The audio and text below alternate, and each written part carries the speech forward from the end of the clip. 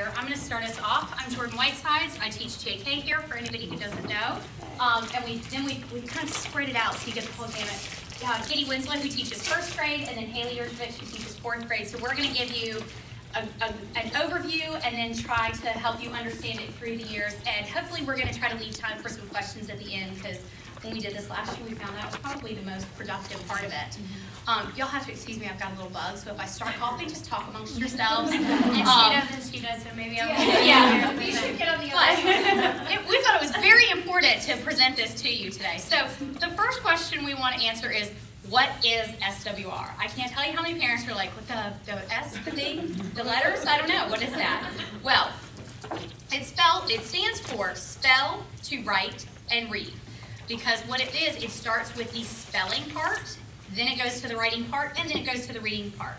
It's a phonics-based program that simultaneously integrates phonics, penmanship, literature, logic, grammar, composition, vocabulary building, figurative language, dictionary skills, Greek and Latin roots, and comprehension. It does it all. And it's a process that the students can internalize the words by spelling them, recognize them by reading them, compose by writing them, and then comprehend by understanding. It really covers everything. So the question you probably have is, why do we teach? Why did we choose SWR? There's a gazillion different programs out there. There's phonics-based programs, there's whole language programs, there's everything. Why did we choose this one? Well, I can tell you first of all that everything that guides our decisions here are, number one, does it go with our mission statement? And we felt that yes, it was challenging the mind. And number two is it's what is best for our students. And we really thought this is the most effective program we can find for our students. It has proven scientific data behind it. Dr. Diane McGinnis, she's a reading success researcher, was part of this. Dr. Samuel T. Wharton, he's a neurologist who specializes in the link between brain and language. Dr. Jean Hall and Dr. Paul Hanna, they're Harvard and Stanford researchers, and their research was used in developing this program. And then Leonard Ayers, who is a famous statistician, that is the hardest word to say. He's painstakingly sorted all the most frequently used words in the English language into levels of difficulty, and that is how we use that is where our spelling lists come from. It also provides a precise and reliable rationale for spelling. You don't find, well, this word's kind of a rule breaker, well, this kind of doesn't fit that. No, the rules fit everything. And a lot of phonics programs, because I've taught them, don't do that. And you go, well, this word is an exception. There aren't any exceptions. Kids don't like exceptions. They don't like too literal for exceptions. They like reliability. There are predictability. There's like, I think maybe two. But the word two, there's always a reason behind the exception. Yeah. Like it comes from a French word or exactly. something like that. So there's, even though there might be an exception, there is a reason. This doesn't always follow this rule, but here's why. Exactly. Mm-hmm. So it does provide streamlined rules that can be used for beginning spellers all the way to adult spellers. And it doesn't reduce it to just pure memorization, which a lot of spelling programs do. Can they memorize the words for the test, and then a week later they have no clue how to spell them? And we like it because it integrates all the language arts. It doesn't rely on those boring basal readers, go, dog, go, over and over again. You can use these living books and the rules will apply and it'll be great. So, the important part for us, how do we teach SWR? It follows a logical progression from the known to the unknown. So it starts with the knowns, the sounds of speech. There are 26 letters, but there are actually 45 sounds, and they're spelled in 70 basic ways. And they will go over more of that with you later. They learn to recognize and reproduce these from memory, the written symbols, and the sounds of speech. So after the sounds of speech, it goes to penmanship. Students use legible handwriting as they say and write the phonograms. These are drilled in isolation without picture clues or songs. And I'll talk more about the song part later, why we don't use a lot of the cutesy little songs and stuff. But this helps. This doesn't interfere with the direct response between the symbol and the sound. They don't have to do that extra step of interpreting, okay, A, apple, but this one doesn't say apple, it says like an all, so why, and having to figure that out. So it's much more automatic. And then it moves to spelling. So we dictate spelling words, starting with the easiest to spell and the most frequently used. And then it goes to logic, so we stimulate logical thinking. When they mark their spelling concepts in the words, they apply their basic rules, and they're not just guessing. And they're going to talk more about how they mark them and how they apply them. Then it goes to the composition part, where students create the original sentences using the spelling words. And from there, we talk about grammar. So as they're writing those, they're learning correct grammar in application. And then last but not least, you got to spontaneous reading. They build the spelling words from the part to the whole, and reading the words is just taking the whole to the part. So they've learned the process to put them together, then it's a really seamless process to take them apart. And one of the things that this program works on that we really believe in is, instead of worrying about how fast the student starts to read, we are going to concentrate on teaching those enduring principles that ensure long-term success.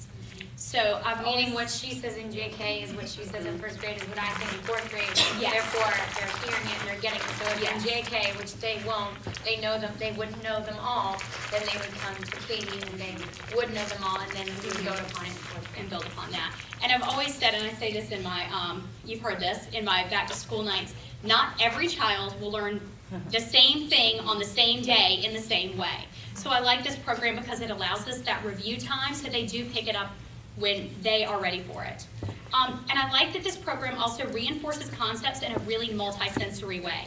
So it links, and here's their fancy language, it links the ear gate, the way the phonogram sounds, and the mouth gate, the physical feel of saying the sounds, with the hand gate, the physical feel of writing the letters, and then the eye gate, the way the phonogram looks. So this helps build neuroconnectors that tie together those four distinctly different areas of the brain, and it more strongly imprints in the brain for recognition and recall.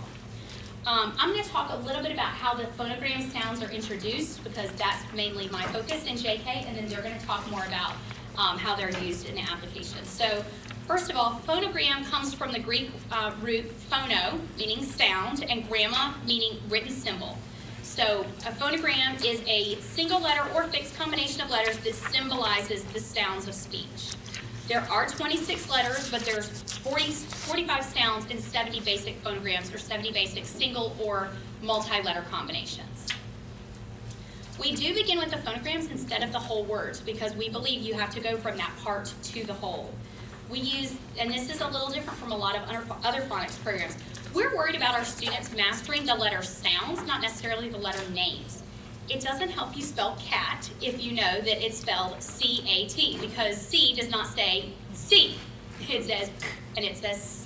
So we don't really worry about those letter names. We really refer to them more in the letter sounds, Jordan, because that's what they're going to use. What you would do, what I know, is that Jordan has these cards, as we all do, and when she holds this up, the kids don't all say A, because that's not as helpful. They say A, meaning that A makes 3 sounds. Yes. The first sound is the one used most often. Mhm. The second sound is used Second most often, and the third one is used very rarely. So A, they know that if they're stuck on a word, the first sound they should try is A.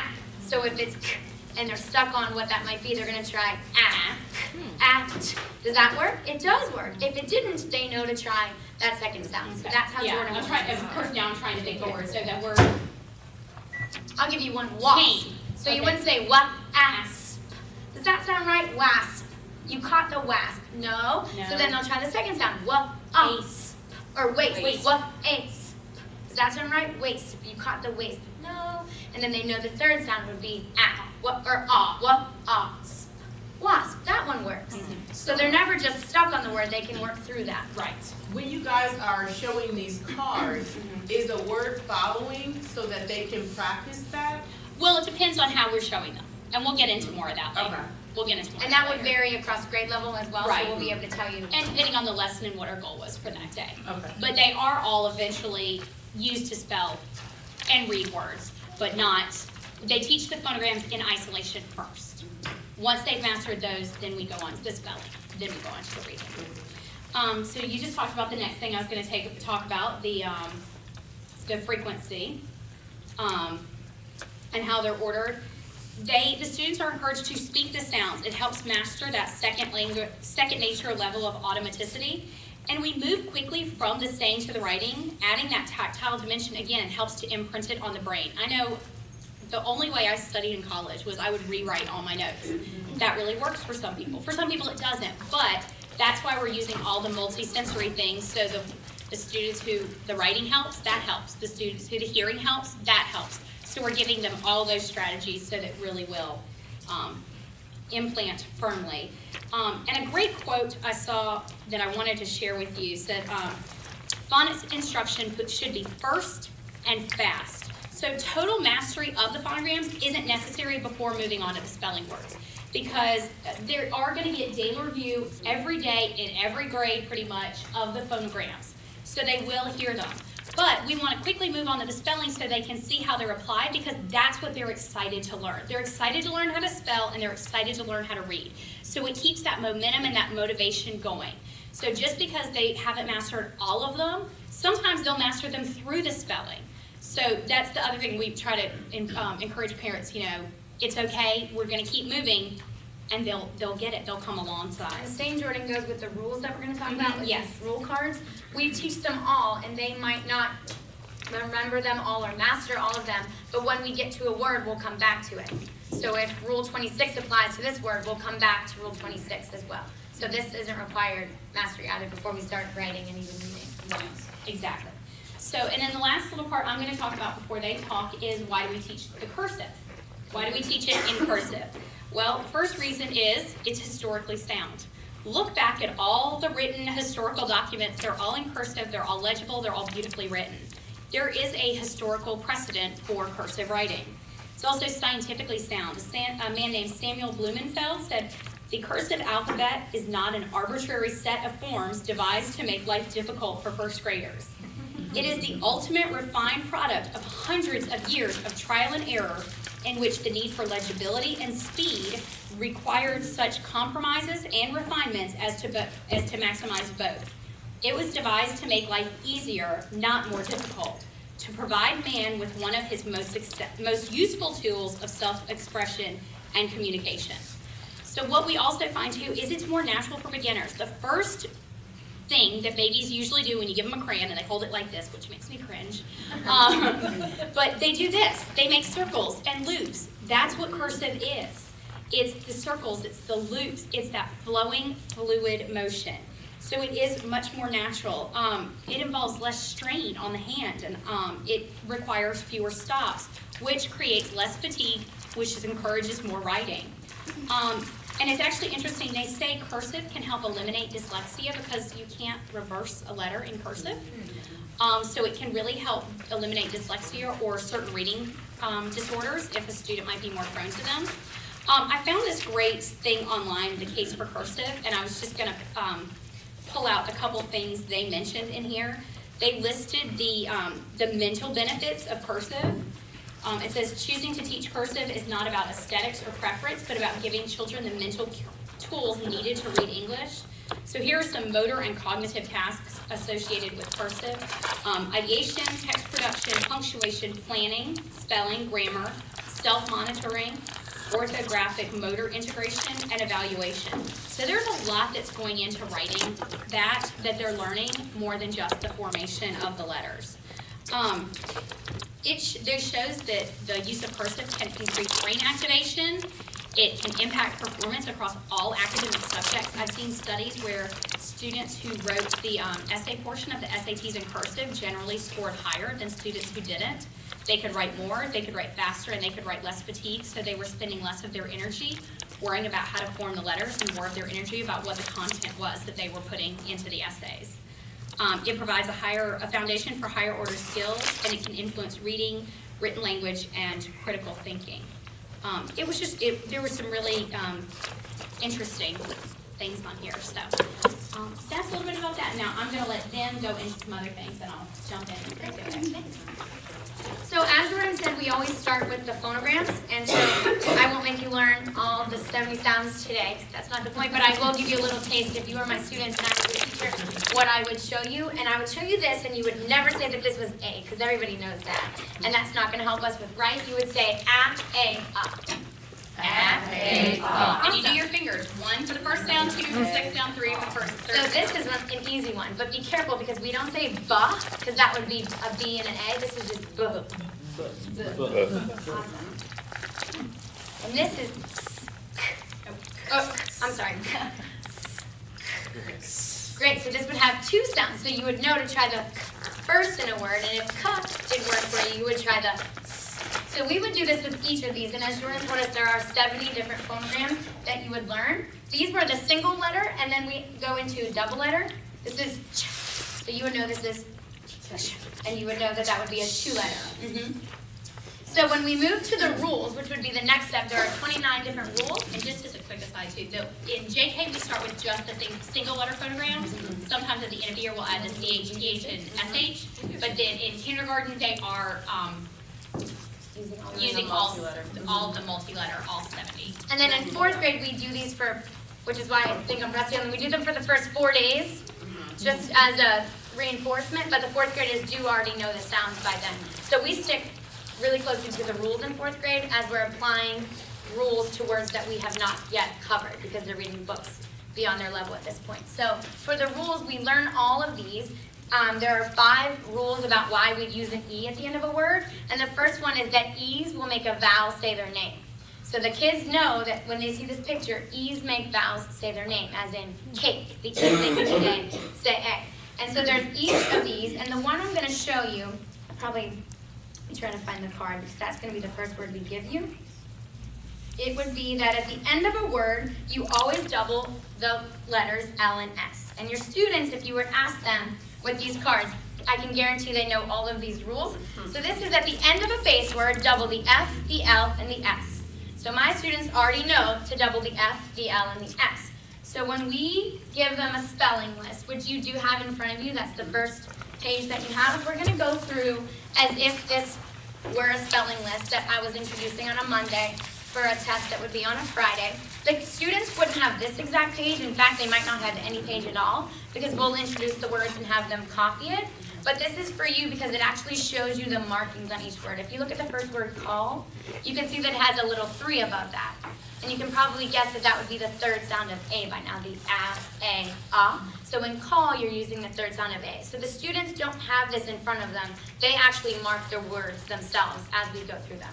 So if I was your teacher, And that's where it goes into that logical thinking. They're not just doing it because you're doing it. They're thinking through, why does this make in this fact, sound? Jordan, I don't mark the words for them in 4th grade anymore. Right. They would mark the words on their own. So I say call, and they write call, or they try it. I do it. They copy what I have. They make sure they have what I have, and then I have them mark the words now that they know those rules completely. So we have the word call, and I would say, show me your markings. And she would put that 3 above the A. And that's because there's nothing going on with C here, because we know the first sound of C is K, and the second sound is S. So we don't need to put a 1 above the C if it's making the first sound. That's sort of redundant. We'd have 1s all over the place because that's used the most often. So this is K. This is the 3rd sound of A. Oo. Now, if a student, the best thing I love about SWR in 4th grade is that if a student were to write call, because after all, that would be call, wouldn't it? But they know that the rule, so if I saw this, I wouldn't just say like, oh no, there's another L, because that's never going to help them apply it later, and that's not going to help them apply it to other words. I can say, what's that rule with L's at the end of a base word? And they would say, oh yeah, double the L at the end of a base word. So SWR can give us the language and the vocabulary that if Katie tells them to double the L at the end of a base word, and I tell them to double the L at the end of the base word, then when they get to another word, they know to double the L at the end of the base word. It's really funny because towards the end of 1st grade, I might introduce call and then say, oh, but wait a second, why, when I have a finger spell, which we'll go into that, but and I'd say, wait, I just made 1 sound, but I got 2 fingers. They're like, oh, by the end of 1st grade, they have it down. And they're like, oh, well, L often doubles itself after a single vowel at the base word. And like, they can just spat it out. And it's like, okay, this is working. So if you do want a fingerspell one, we'll go to the next one, row. Would you fingerspell Okay, row so for for us? row, and I would have all of my kids participate with me. I'd say, show me when we're ready to spell the word. And we go O. And I've got 2 fingers together for O because it's a multi-letter phonogram. It's 2 letters that make 1 sound. And so we would go over which O it would be, and it would be the OW. And then when we would mark it, we would underline it. And it says, and because I'm rusty because it's the beginning of the year, is it the first, second, or third sound? Second, okay. So it's the second sound of OW. So then we would put... It is A-O-U. So they would say R-A. Does that sound right? Rock your boat? No. So then they would say O, and try that one. If that didn't work, they'd go to the third sound of the multi-letter phonogram. So she's putting a 2 on top because that's the second sound. A-O-U. We're going to use the O. Yes. Do you guys ever have any kind of exception words that you teach, just in case all of the words don't necessarily follow the rules? So when Jordan introduces them in JK, she's going to introduce the letters, the single letter phonograms, and that's about what you're expecting in JK. And now when Katie moves on to the single letter and the multi-letter phonograms and the rules, at that point we do give them words that go along with each rule. Now, by 4th grade, I asked them to give them to me. So I would give you a rule. But I think the great thing is, with this program, there aren't exceptions to the rule. There are very few exceptions to the rule, and if there is, there's always a reason behind it. Like, what is So it? here's F says in of, F says V, and so we just, that's like one random one. But that's double F at the end of a letter. So really, is double F at But the like end of a word. the word love, right? So it has an E at the end. But that's not so an it's exception, included. actually. With Because the rules we we have- use, it's not an exception. Right, we have 5 rules Five for different E, and that spelling fits into rules. one of our Okay. 5 Okay. rules. Got it. So there I love it though that people, like they'll try to trick you, right? What about menu, Ms. Jurjevich, right? And that's not an English word, so that's Yeah, kind of an exactly. exception. That's if we take that's not an English word, so that's the. I didn't know that. It doesn't follow our rules because it's not an English word. But they do like to try to get us, and I love that, because that shows they're thinking of But what you'll find is if you learn all the 70 phonograms and all the rules, you will be hard pressed to find an exception. I think shoe, I get every year. I get the word shoe every year, and I say, no. Here's an example. I'll give you an example. This would be sh can be used at the beginning of a word. You see how it gives that little line after that showing it's at the beginning of a word? Sh can be used at the end of a word, but it can never be used after the first syllable of a word, unless the word ends in ship. So I'd say, give me an example of sh at the beginning of a word. Ship, they might say. Give me one at the end of the word. Fish, great.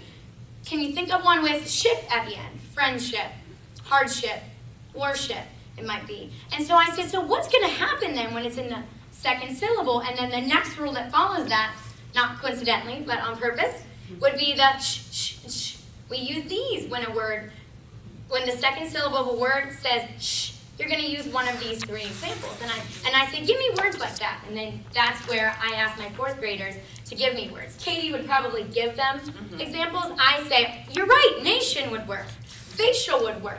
Things like that. So we do have words, and there's some even on the card for you as a parent, which is great. And the worksheet that we gave you has all the rules on it.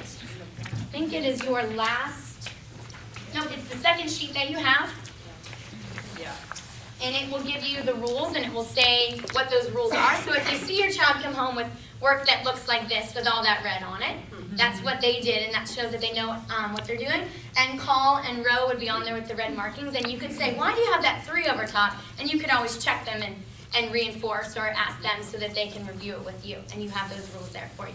So feel free to use those as a resource when they take their work home. The best thing, I think the very best thing about SWR as a teacher is I remember my teachers would say to me, that's spelled wrong. And that was it, right? So then I was like, well, how do I spell it then? What am I supposed to do with this? But we never have to say anything like that, because I can say, what's the rule with that L? Or wait a second, sh is in the second syllable, so we don't want to use the SH. What are you going to do? And they can go from there. So from each grade level, we're able to use the same language, so the kids are never stuck with this misspelled word with no knowledge of what to do from that point. Besides the fact of I just have to purely memorize it Yeah, and remember thousands of words in my brain. Which again is Well, I not can't the do point, that. because then we want them to know that when they get to another word later in their writing and eventually to their reading that they've never seen before, and they see that TI in there, they know, they've never seen that word before, but they know that that TI says sh, so they can spell words that they have never seen based on our rules. And kids' brains are amazing. They know these rules way faster than They'll any pick them adult. up. So, do you want to open it up to questions now that we? Well, I wanted to talk a little bit about the spelling lists. Okay. They do go over the spelling list, and like I said, you know, they are introduced, and sometimes you go, well, that spelling list is really easy. My kid knows how to spell call and row. But what we're actually using the spelling lists for is teaching these spelling rules. So although they might be very simple words that they have memorized how to spell or seen a million ways, what we're really concerned with is using, what we use those words for is to learn the spelling rules.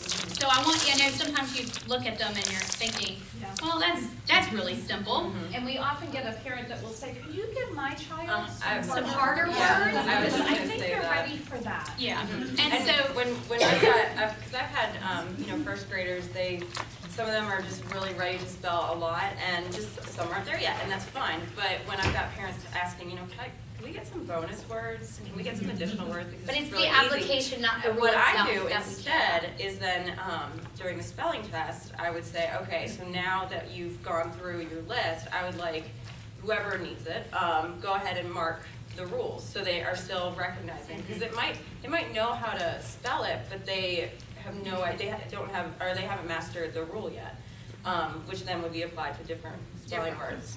Because the word call can only help you one time in your life. It can help you when you want to say the word call, right? But to know that you double an L and an F and an S can help you with glass and fall, class and spell, fall, all of those things. Right. So this is helping you in one circumstance, and we really want the application piece. In fourth grade, I do a lot of paragraphs, where I dictate the paragraph to them with all spelling words in the paragraph. And the reason I do that is because that's promoting application in their spelling. You'll see that if I give them the same list, write all 20 words down, and then put it in a paragraph, you can see where the application has happened and where it may have not happened. So in fourth grade, the tests look different than they do in first grade, as they should. So and you it's can a great expect that thing. across grade levels. And it's a great thing to make 100 on a spelling test when it's a word, but we also want to make sure when they're doing their writing, they're consistently writing those words correctly, not just on the spelling test for that week, but in their writing forever and ever. And I think the rules and the phonograms help reinforce that, so when they do get stuck on it in their writing, they understand why, not just because they had to memorize it. So I guess we'll leave it to questions. I know that's a lot of information that students know that you may or may not know, but I hope that you can see their homework now and see kind of where this comes from and even engage in that conversation with them about it. I have a question about the cursive. Yes. Because I know that like but you know, before they come to Palisades, like, you know, at Goddard School, like they're doing printing and things like that. Is there, you know, and they've learned, they learn that, is it hard to break them or to teach them the new things? Because it's not? I haven't found that. Okay. I haven't found that because a lot of times they were only taught lowercase or only taught Right. capital letters. So when they're doing cursive, it's just completely different. They're starting fresh. It's in a new school. I've never seen that interfere with a child being able to learn to write in cursive. And one of the things is, you know, people always say, oh, well, you don't teach print. You can pick up print. And there are a million different ways you can write print. And that's one of the ways we like cursive, because in cursive, you only pick up your pencil once. In print, every time you pick up your pencil, it's a chance to put it down in the wrong place. So if you're writing a capital A, you're picking up your pencil, you know, 1, 2, 3 times. That doesn't really, you know, that makes it more challenging because they have to think more 3 times. So we find that, yeah, they haven't, it's not really an issue.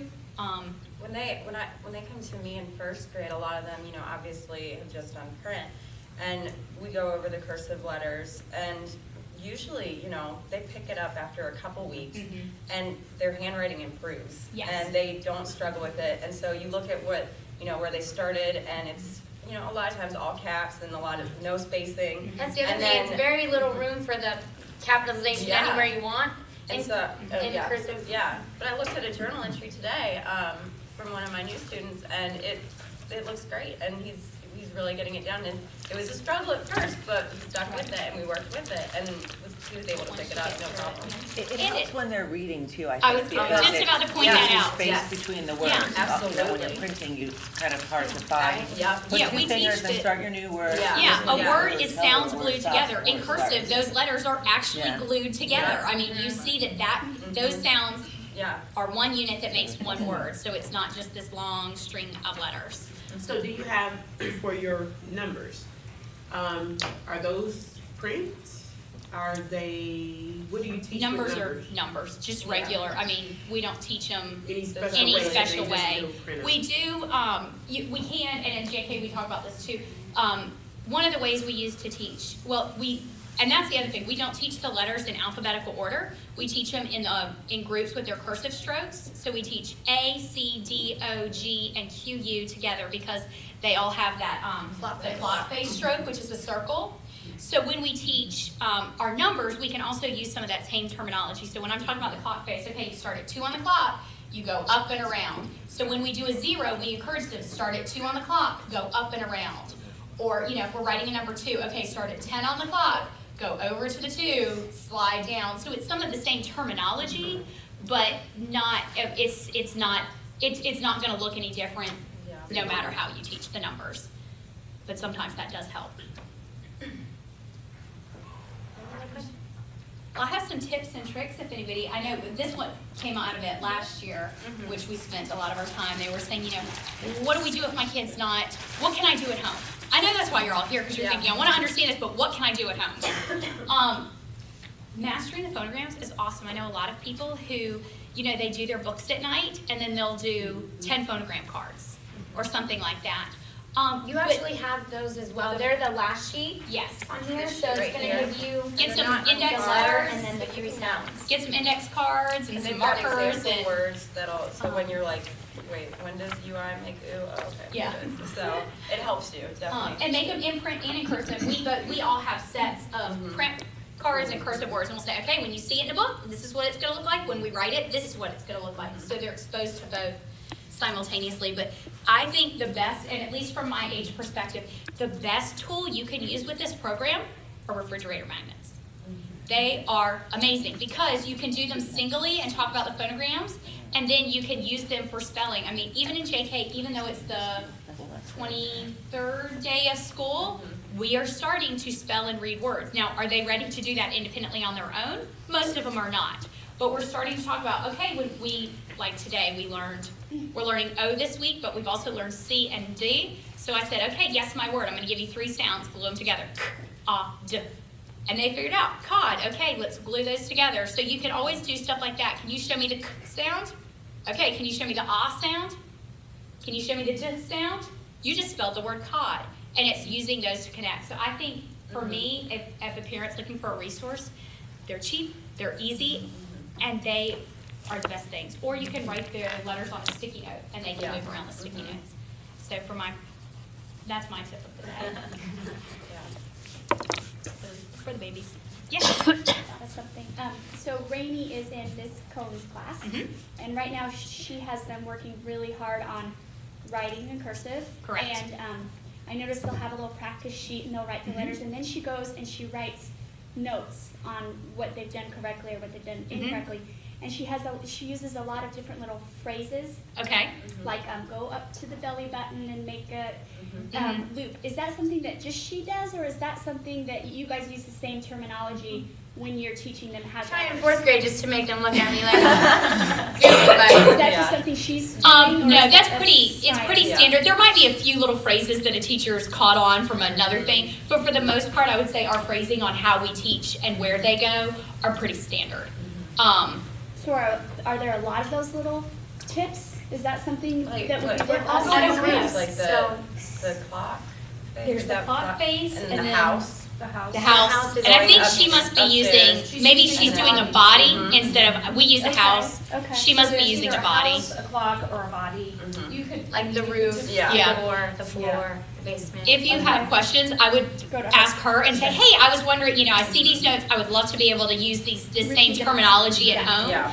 Could you give me a list? Because I was going to say, for the most part, I think we use a lot of the same terminology, but sometimes you shift it a little bit because different classes Yeah. need different things. Or you as a Students class need have different developed, things. I know we have a couple of funny phrases with these rules, and Oh, that's yeah. a great point to remember It's almost for like an me when I inside give them joke. to parents, because I do write little, double that consonant kind of thing, and you might not know what that means, but I know that the students do, so you can even ask when it's in the upper grades, but that's a great point. You can always ask the teacher. I would love it if one of my parents and I can say, oh, that's this rule, that kind of thing.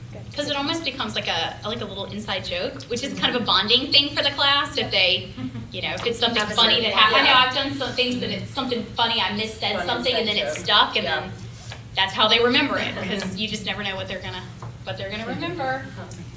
Do you have any tips for parents in learning the 29? Practice. I was sitting here thinking, Davis is in 3rd grade now, and so he has opportunities to write different things a lot. And so I find myself, if he's misspelled a word, saying, okay, let's sound that out. And I'm thinking, that's not helping him. But if I said, what rule is that? And then I knew the rule, that would reinforce, but I don't know the rules. You got paper and keep it right Yeah. next to you.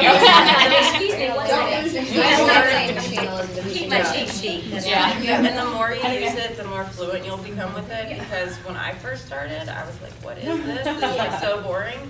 But after like a couple weeks, I was like, oh my gosh, I'm sold. This is amazing. And it now does it's start a just little bit with the letters, so if you know that it's IE that he's messing up right there, you can look for IE really quickly, and that would be number 9. Yep. And you can say, oh, use the I before the E. Right. Okay, good. But I do think it is one of those things, because we all came in, I mean, it was a new program. I've taught multiple different phonics programs in my teaching career. I will honestly say, this is my favorite, this is the one I have seen that's the most effective. But coming in, it was as new to me as anything else. I went to a 2 or 3 day workshop, but once you practice it and use it, yeah, like I said, the first couple of weeks, by the time I practiced it with my kids and use it, you will pick it up almost as fast as they will, and you'll be amazed. Okay. Yes. So, starting with, I have a JK student, so would it be okay for me to just kind of start going from the A to Z, or do I need to move at the pace that you guys are moving with 1 letter a week? It's up to you. Okay. It's up to you, whatever your student is ready for. It can be good to kind of what they call front loading, so giving them that information before it starts, so when it's time for them to do it, or when we start covering it in class, they'll be more familiar with it and they'll pick it up more quickly. But, and like we said, we do want to move,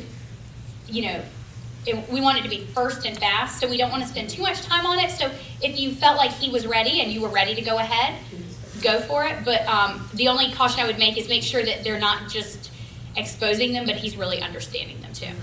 Okay. Not at the expense of not understanding the ones he's doing that week.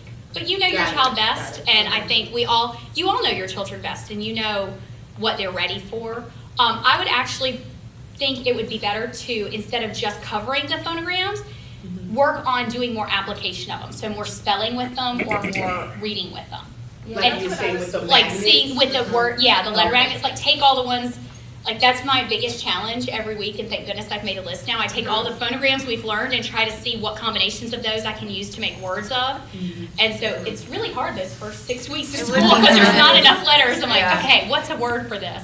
So I would probably encourage you to use them in application more first. Okay. And then, but if they've completely mastered that, then You can even it be fill a in good the letter idea. with the phonogram, so if you just taught turkey, then you could put T-O, maybe he's not ready to spell the word, but he can pick that phonogram out that you just practiced with him, so T-O on the magnet, and then you're like, find the T-O, or T-O, that kind of thing, and he can put it up there, so fill in the missing letter kind of thing. Yeah, because parents sometimes get eager and Yeah. excited, right? And then your child can get overwhelmed quickly. Right. And so pacing and when you're doing this is also really important, so keep that in mind. And I say that with any subject. I mean, we think, these kids are great and they can absorb a lot, but we want to make sure what they're absorbing is soaking in. And we're not burning them out. That's the other thing.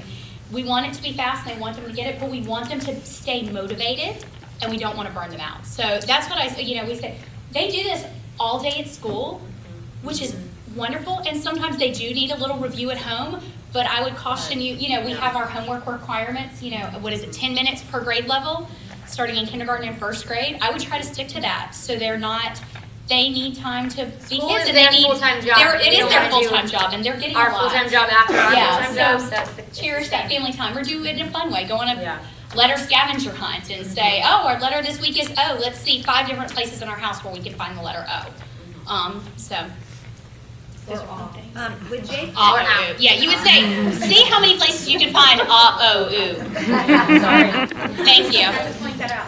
with JK, do you guys sit at the carpet and do it, or generally, and how long do you go do SWR? Well, it's about a 30-minute, but we don't stay on the carpet for 30 minutes. So usually they'll start out on the carpet. Well, every day, the first thing we do is we get out our letter cards and we go through all our sounds in print. Then we go through all our sounds in cursive. So they're getting that every day in print and cursive. Then we usually do something to introduce the letter of the week or some activity with the letter of the week or the skill, because this week we're doing ooh, and we're doing rhyming. So we, one of the things we do is we make a list every week of where we can, they're Phonogram Detectives, so they have to look and listen for the word. They even have a little magnifying glass. They have to go around the room and stick it on an ooh. So, and it encourages them to listen, because we'll be reading Madeline and they come up and they go, oh, that's an ooh word, you know, can we add it to the list? So we'll come up with a list, we'll add words to the list. And I know Ms. Cohn does it when they do start their reading assessments and things like that. She has them highlight the multi-letters. Now that they've had, you know, Jordan and Miss Lowe, then they'll know the single letter phonograms. So when they move to the multi-letter phonograms, she'll have them highlight those. So when you see the OA circle or highlighted and all of that, that's them trying to find it and seeing it applied in a book. But then especially in JK kindergarten, we'll usually move on to then some hands-on activities. So they're actually having objects that have different beginning sounds, and they're sorting them by beginning sounds, or they're stamping them, or we're working, that's also the time we work on our fine motor skills, because in JK we don't really start the pencil paper cursive writing, so it's getting those strong fingers. So I think especially in the younger ones, there is some of the sitting and listening, but it's a lot of hands-on stuff too. The other thing is reading today to the kindergartners is such a joy, but they were actually reading to me, so it was so funny because I taught high school English, so I have a lot of trouble with the younger ones, because they're like, can we see the pictures? I was like, oh, I forgot about you. Like, so I read the pictures, and the second I did that, which was so great, so you at home, you know how you read to them, and all of a sudden, it hit me that as I turned the book around, they were all, as I was reading the words to them, they were sounding them out. And I was, see how right this is? And even just Everything following you that need to know text. was in kindergarten.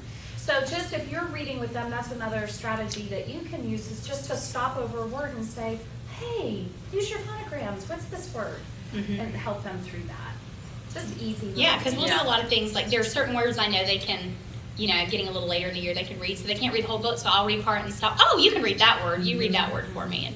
And just having them even touch the words as you read, so they're learning that those sounds go with that word, there's one word, it's teaching that directionality. That's a lot for the younger ones, but it's still important. And as they progress through the stages, do they make the connections between the words like two, and two, even though you're working with the phonograms and the sounds, but just the understanding that you got the number two, then two, and then two. Yes, and that's a whole nother We actually did it today. Those would be like the homophones, and my class did them today. They had to have a homophone, and then the other, so everyone else had homophone. You had to find your partner, and then you had to say whether they were homophones or homographs, and you would tell me why. Why is that a homophone? Well, because they sound the same, but they're spelled differently. And then you'd have to say, this is the mail you use when you're stamping and sending a letter. This is the mail you use when you're a man. That kind of thing. Right, okay. So that's with SWR, and you're using the spelling rules to talk about why you spell those differently, but then that And goes in fact, into that the came out of grammar our and SWR word. The word was, bread, like a dog was bred through some. So it was B-R-E-D, and they're like, that's not how you spell bread, right? So that's why I pulled out these homophone cards, and I was like, here we go, homophone. And then we kind of did that kind of, so it did come from out of SWR, but it was kind of an aside or a grammar lesson instead. But it goes, with the whole grammar and the logical thinking and Now that application. looks for first grade is, so we have C and C. And what I try and tell them is make sure we're listening to it in the context, because. Oh, S-E-E, S-E-E, I couldn't think of that. No, so like if I say, I went down to the sea and played in the water, they know that it's not S-E-E, they know it's S-E-A. So a lot of just being aware of what context it's being used in. Are those on the same spelling lists at all, or they're not usually? It might be. I feel like it might be sometimes like- they're on the same spelling list, so they have to learn to Like listen one to the might be in the context. first 10 and then the other might be in the second 10. So it is, they, you know, they are taught similarly, so it is that comprehension skill of listening in context, not If you just look at memorizing the- how to spell it. Sorry, Jordan.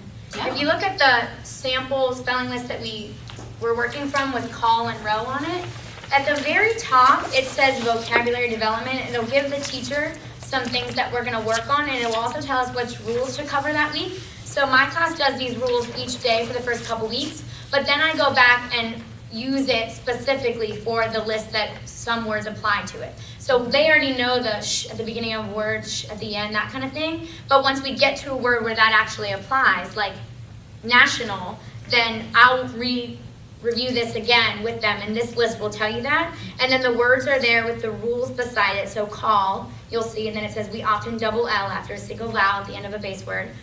And so those are there. And then at the end, there's spelling enrichments and grammar enrichments. In 4th grade, I use these all the time. I'm sure you don't use them. We don't and do spelling I'm ones. sure you use them here and there. But mine are things like, this week we learned prefixes and suffixes. So with all the words, I had them add suffixes and prefixes to the words, and I gave them some choices of which to use. I figured out which ones they would be and gave them 6 suffixes and said, find words you can attach these suffixes to. How does that change the word? Well, it changed it from a noun to a verb, depending on what it was. So that is also kind of what you were talking about with the homophones and homographs. All of that gets covered in SWR, but it's not part of our finger spelling or learning the sounds and the rules that come separately from the teacher putting that in. But it does show how intentional those lists are. So they're intentionally done, so similar things are grouped together, but they're making sure that all English language skills are covered.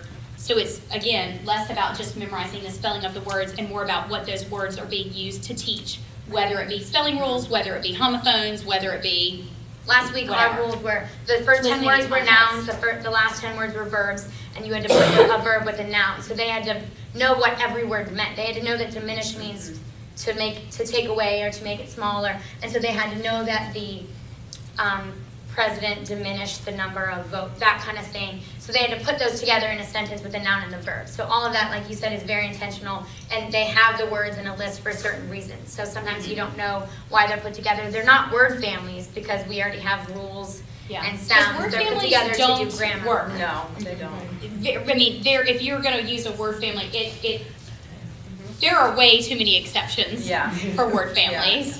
Yeah. There's too many times where you're just like, but then Well, this, not really, then but this, kind then of, this. but yeah, As a exactly. kid, that just doesn't make sense. Right, right. One last question for me and I'll be done.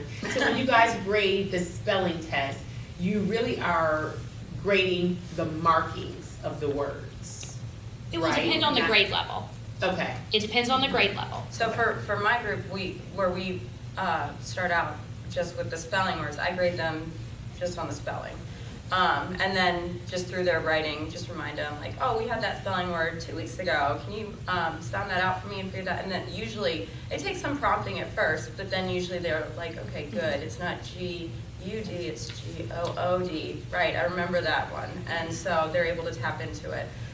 Whenever they, get to that point, like I was saying earlier, where usually the parents are like, these are so easy, can I get some harder words? That's when I really have them recognize the rules and then would go back and mark the rules on the test. Okay. And that's something that like the That's- teacher would share yeah. at back to school night, like this is how I'm grading this, or, I think, unlike on your report cards, I think like spelling's a certain grade and then applying the spelling rules and writing is another grade. So Yeah. they're being evaluated. It depends on the grade level and what would be developmentally appropriate for them, but your teacher would share that information with you. And if you have any questions, I would always say go to the teacher first, just like everything else. How does the word ocean fit into this? So That's not a JK word, so I'm gonna let these lovely ladies take over.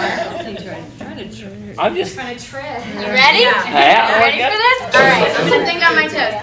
O says O because it's at the end of a syllable. Ocean. And the kids, we didn't say that, but they clap the syllables. Yes. Ocean. So O says O at the end of a syllable, and the kids would underline it like that. I think just one underline because it Yeah, says its just own one. name at the end of a syllable. Mhm. Sh is a sound all of its own. So it's, oh no, it's C. Is in the middle of a, CE is one of the, in the middle, you can't use the sh sound, SH, in the middle of a word, so it's CE. So O, sh, and then you use the A, which one are you using? A, O, sh, A, O, sh. Okay. Give me more.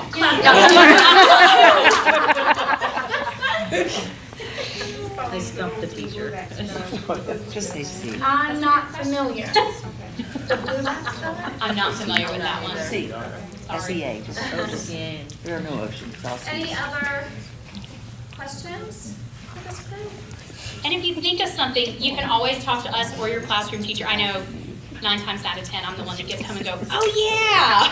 So please feel free to ask us anything, or, you know, if you have any, needing any help with I have anything. one that I remember that I said last year.